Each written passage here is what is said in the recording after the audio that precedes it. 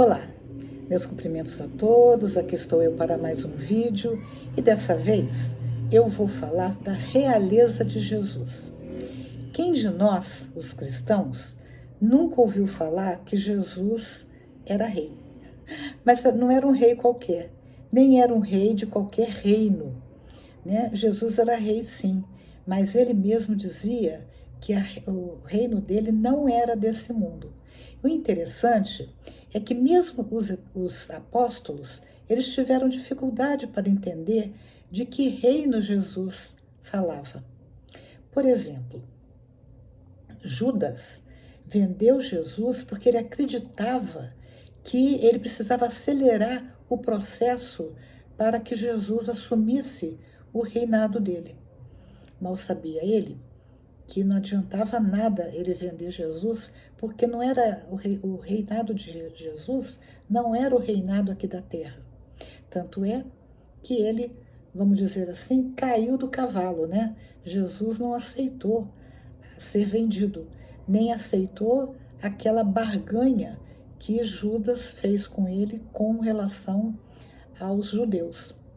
E a coisa tomou um vulto tão grande, Judas ficou tão entristecido com aquela situação que ele acabou se suicidando, porque ele esperava estar fazendo um bem, quando na verdade ele estava fazendo um mal. Muito bem. Então aqui no livro O Evangelho segundo o Espiritismo, nós temos esse livro aqui, que é do Allan Kardec.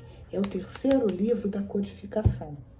Nós temos lá, no capítulo 2, o capítulo tem como título A Realeza de Jesus. E aí eu vou ler o item 4, que diz o seguinte: que não é deste mundo o reino de Jesus, todos compreendem, mas também na terra não terá ele uma realeza? Quer dizer, na terra Jesus é rei? Essa foi a pergunta que o Kardec fez. Nem sempre, continuou o texto, o título de rei implica o exército do poder temporal. Dá-se esse título por unânime consenso a todo aquele que, pelo seu gênio, ou seja, pelo seu grande talento, ascende à primeira plana, numa ordem de ideias quaisquer, a todo aquele que domina o seu século e influi sobre o progresso da humanidade. Então, para a gente trazer aqui para o nosso cotidiano, vamos dizer o seguinte: não tem o rei Pelé? Pelé não se tornou rei pelo seu grande gênio, pelo seu grande talento, mas ele não era um rei, ele não tinha um reino temporal. Então, vamos continuar. É nesse sentido que se costuma dizer o rei dos príncipes, o rei dos filósofos, rei dos artistas, dos poetas, dos escritores e etc.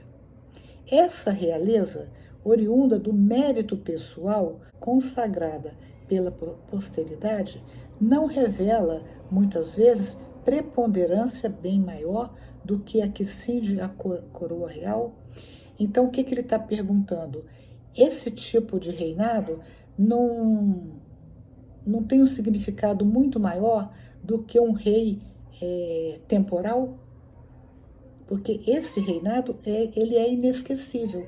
Por exemplo, Pelé, né, vamos ficar com o Pelé, já morreu, já foi embora, e ele continua sendo o rei do futebol. Continua o texto. Imperecível é a primeira, enquanto esta outra é joguete das vicissitudes. As gerações que se sucedem à primeira sempre a bendizem, ao passo que, por vezes, amaldiçoam a outra. Então, o Pelé, para a gente ficar com ele continua sendo ovacionado, sendo amado pelas gerações, e provavelmente ele vai continuar sendo admirado por muitas gerações no porvir. Esta, a terrestre, acaba com a vida. A realeza moral se prolonga e mantém o seu poder, governa sobretudo após a morte. Sob esse aspecto, não é Jesus mais poderoso rei do que os potentados da terra? Razão, pois, lhe assistia dizer a Pilatos, conforme disse: sou o rei, mas o meu reino não é deste mundo. Então, essa realeza de Jesus é uma realeza que até para nós ainda é difícil de entender. Mas no Evangelho segundo o Espiritismo, nós temos lá na parte Instruções dos Espíritos, um texto que é o de número 8, que tem como título Uma Realeza Terrestre. Então aqui a gente já vê o seguinte, que nós vamos ver o texto que já anuncia para nós que não é uma realeza baseada no mérito, é uma realeza terrestre, é uma realeza que vem herdada, vamos assim dizer, né? Então, o texto foi escrito por uma rainha, e ela assina como uma rainha da França, de Havre, em 1863. Ela escreveu esse texto. Então, ela diz o seguinte: quem melhor do que eu pode compreender a verdade dessas palavras de nosso Senhor? O meu reino não é deste mundo. O orgulho me perdeu na terra. Quem, pois, compreenderia o nenhum valor dos reinos da terra, se eu o não compreendia? Que trouxe eu comigo da minha realeza terrena? É uma reflexão, né, interessante que ela está fazendo aqui. Ela foi rainha, imagina, cheia de glória, e, no entanto, ela está dizendo, olha, não levei nada aqui da terra. Nada, diz ela, absolutamente nada. E como que para tornar ainda mais terrível a lição, ela nem sequer me acompanhou até o túmulo. Ou seja, a realeza dela não foi nem até o túmulo. Ela já deixou de ser rainha até antes mesmo de ser enterrada. Rainha entre os homens, continua, como rainha julguei que penetrasse no reino dos céus. Que desilusão, que humilhação, quando em vez de ser recebida aqui, qual soberana, vi acima de mim, mas muito acima, homens que eu julgava insignificantes e aos quais desprezava, por não terem sangue nobre.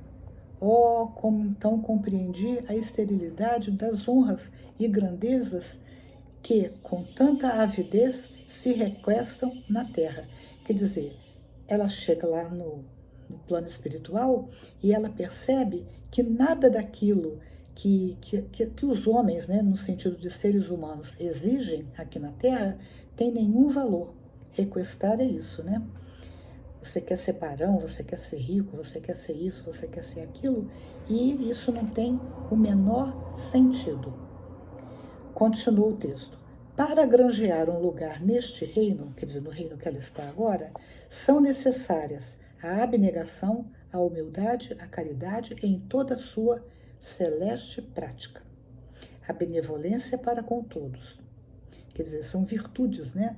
Virtudes que vão fazer com que você trate o próximo como a si mesmo. Coisa que ela não tinha, porque ela se achava superior por ser uma rainha. Não se vos pergunta o que foste, nem que posição ocupaste, mas que bem fizestes, quantas lágrimas enxugastes. Ó Jesus, tu disseste que teu reino não é deste mundo, porque é preciso sofrer para chegar ao céu, de onde os degraus de um trono a ninguém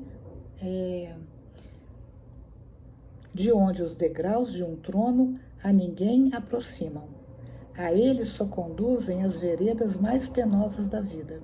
Correm os homens por alcançar os bens terrestres, como se os houvessem de guardar para sempre. Quer dizer, você adquire bens como joias, imóveis, como se isso fosse ser seu para sempre. E ela está dizendo que não. Isso tudo você perde quando você parte para o mundo espiritual.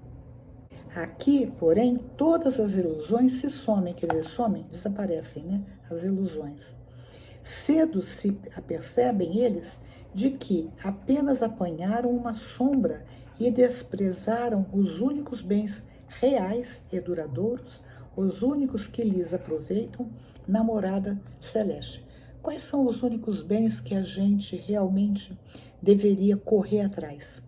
São as virtudes. O resto, porque esses bens são nossos para sempre.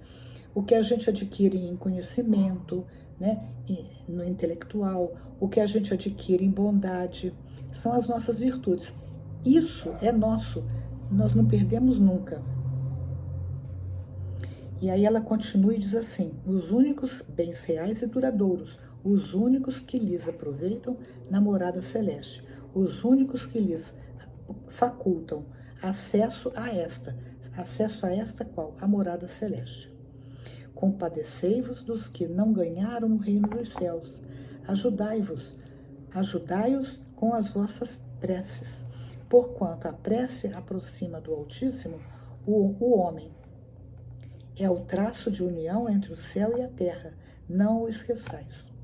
Terminou o texto aqui, é quando ela assina uma rainha de França, Havre, 1883. Tá aí, né? Nós ainda somos pessoas muito materialistas. A gente acha que são as coisas da terra que nos fazem importantes. E essa rainha aqui está dizendo o contrário. Nada do que ela teve, olha que como rainha, devia morar num belo palácio, ter as melhores roupas, as melhores joias, empregados, né, para servi-la à vontade, e ela não estava, chegou lá do outro lado sem nada disso. Por isso é que ela fala que é uma ilusão, tudo isso aqui é ilusório. Gostaram do vídeo? Se gostaram, dê um joinha, compartilhem e até o próximo vídeo, se Deus quiser.